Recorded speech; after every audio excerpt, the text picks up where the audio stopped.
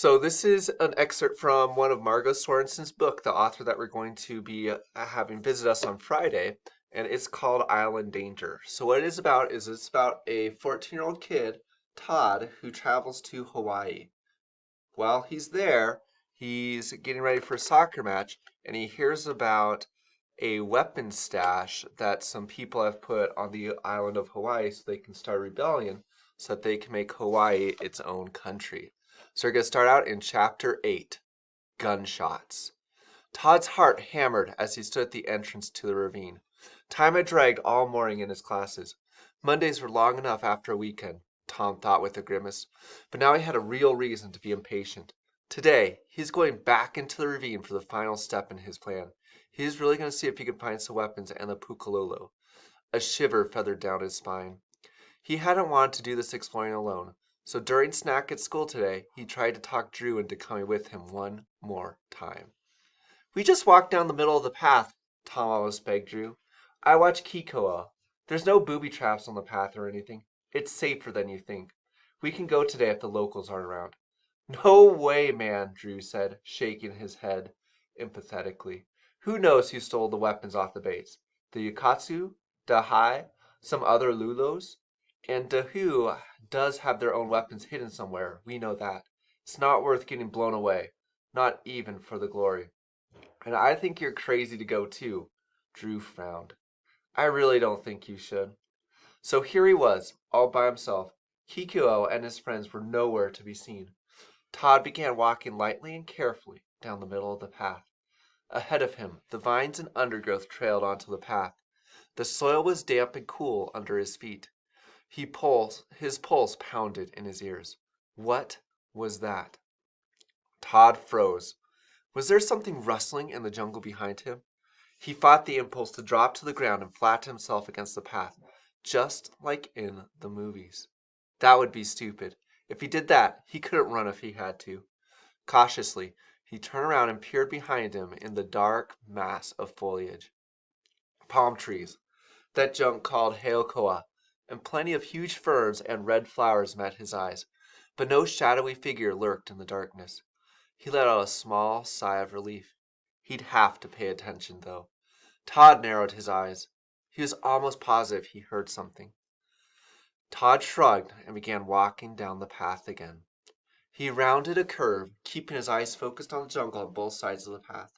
He didn't want someone to jump him. If he saw any movement, anything, he'd be out of there. At least he could run pretty fast, thanks to all that soccer conditioning. He could probably outrun most anybody. He kept glancing down at the path. The deep groves were there, running down the path as far as he could see, until the path curved around another turn. What were they from? How long had they been there? Todd felt his muscles tense up again. There had to be crates of weapons. There had to be. All he needed to do was follow the grooves, and he'd find some weapons. They could be either from the base, or High stockpile, or maybe both. Again, something was following him. Todd felt an icy chill spread down his spine, even in the close, humid air. Trying to breathe evenly, he turned in the direction of the sound. He shaded his eyes and stared into the undergrowth.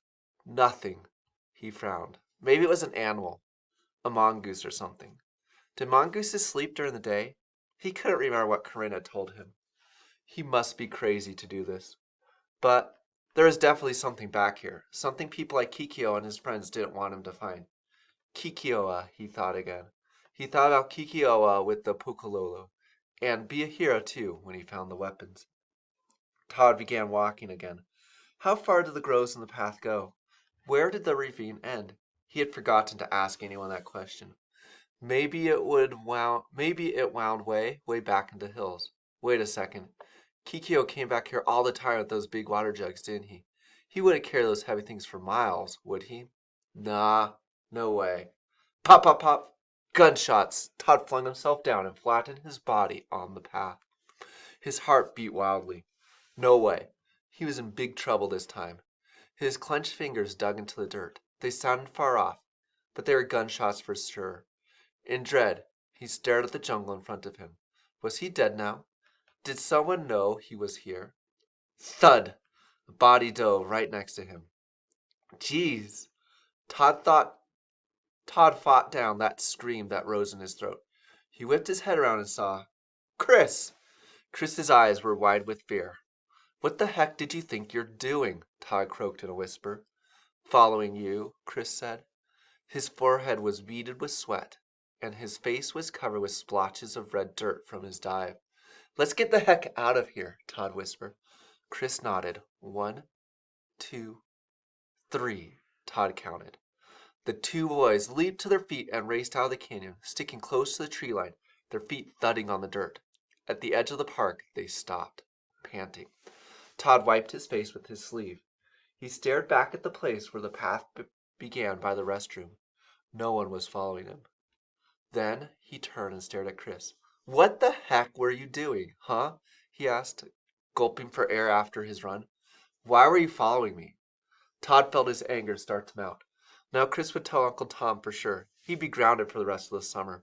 If he didn't think he had a life before, just wait until Uncle Tom pulled a Marine Corps drill on him. He began walking toward home. I was worried about you, Todd gasped. He was shaking from fear, trying to keep up with Todd's pace. Todd stared at him. He seemed to be telling the truth. He didn't look as if he was hiding anything.